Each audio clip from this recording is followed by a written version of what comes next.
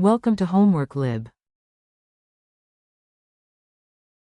Hi, so over here we're going to have the following formula in order to estimate the surface area of a human body based on the weight and the height, and the formula is given by this. We're going to use the linear approximation to estimate the change of the surface area if a 169 centimeter person gains weight from 81 to 2.5 kilograms. So what we're going to look at is that the body surface area would be equal to 1 over 60 times the weight to zero point 0.5. In this case, the weight is 81 kilograms to the zero point 0.5 or to the 1 half. And we're going to use a linear approximation the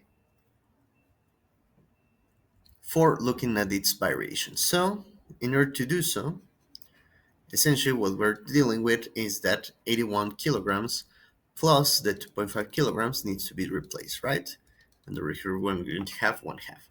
And times the weight, times the height, that is 169 centimeters, to the 1 half. So as you can see, what we can do is that this formula starts to look like an initial mass plus a change of mass that we're going to have, times the height to the 1 half. So what we can do is make a Taylor series out of this part of the problem, where we're going to do m0 is going to be a constant plus delta m, that is going to be our variable. So approximating this as a Taylor series, this is going to become a square root of the initial mass plus delta m divided by 2 times the square root of the initial mass minus x squared, which is going to correspond to delta m squared, divided by 8 times the initial mass to the 3 halves, and so on and so forth. In this case, we can take under the linear approximation, we're going to only consider the first two terms. So under linear approximation for small changes of the body weight, the formula is going to be 1 over 60 times the height to the 1 half, and the factor over here, which is going to be square root of the initial mass plus the change of mass divided by 2 times the square root of my initial mass. Thus, the variation that we're going to get is going to be the second part of the problem. So, as you can see,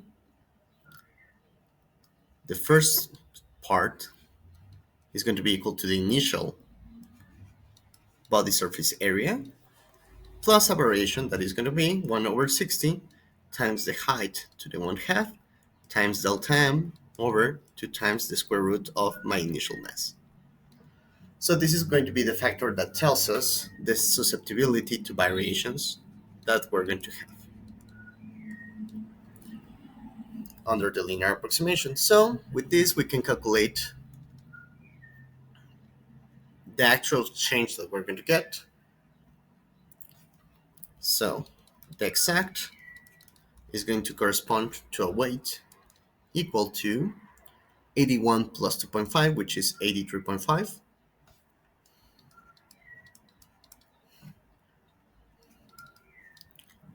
The height is going to stay the same, 169 centimeters.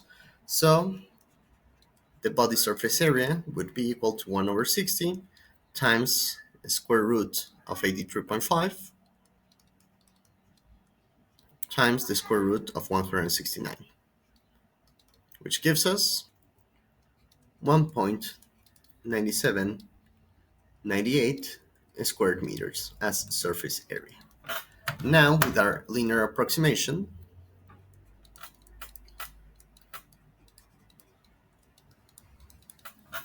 the body surface area is going to be equal to the initial value, which is 1 over 60 times the square root of 81 kilograms times the square root of 169 centimeters squared,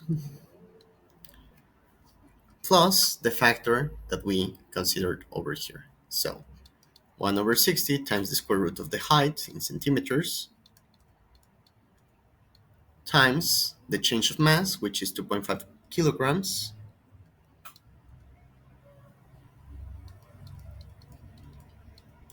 over 2 times the square root of the initial mass, which is 81 kilograms. Under the linear approximation, we get 1.95 plus 0.03, which is equal to 1.98 square meters. So, as you can see, the result is almost the same. Actually, if you round up to three significant digits, they are going to be the same value numerically, and that solves part A.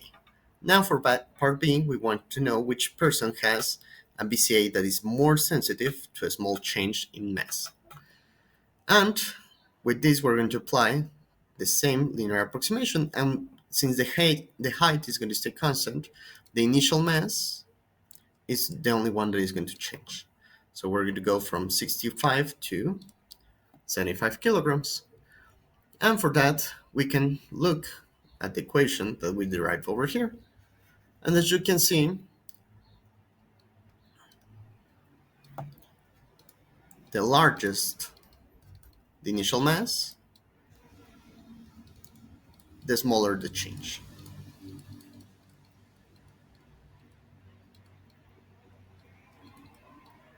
in body surface area. Because we're going to have the initial mass in the denominator, so the result is going to be inversely proportional. So the correct answer for this part is that which person is going to be more sensitive? The one with the lowest mass.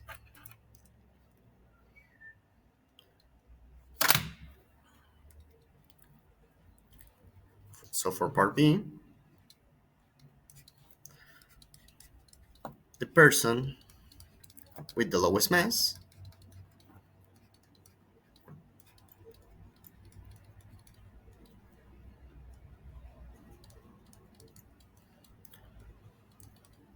will have a body surface area more sensitive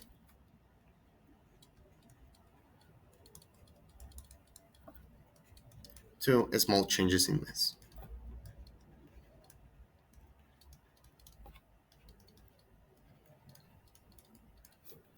This is because the factor that we're going to have is that the body surface area is equal to the initial body surface area plus the factor of change of mass divided by 2 times the square root of the initial mass.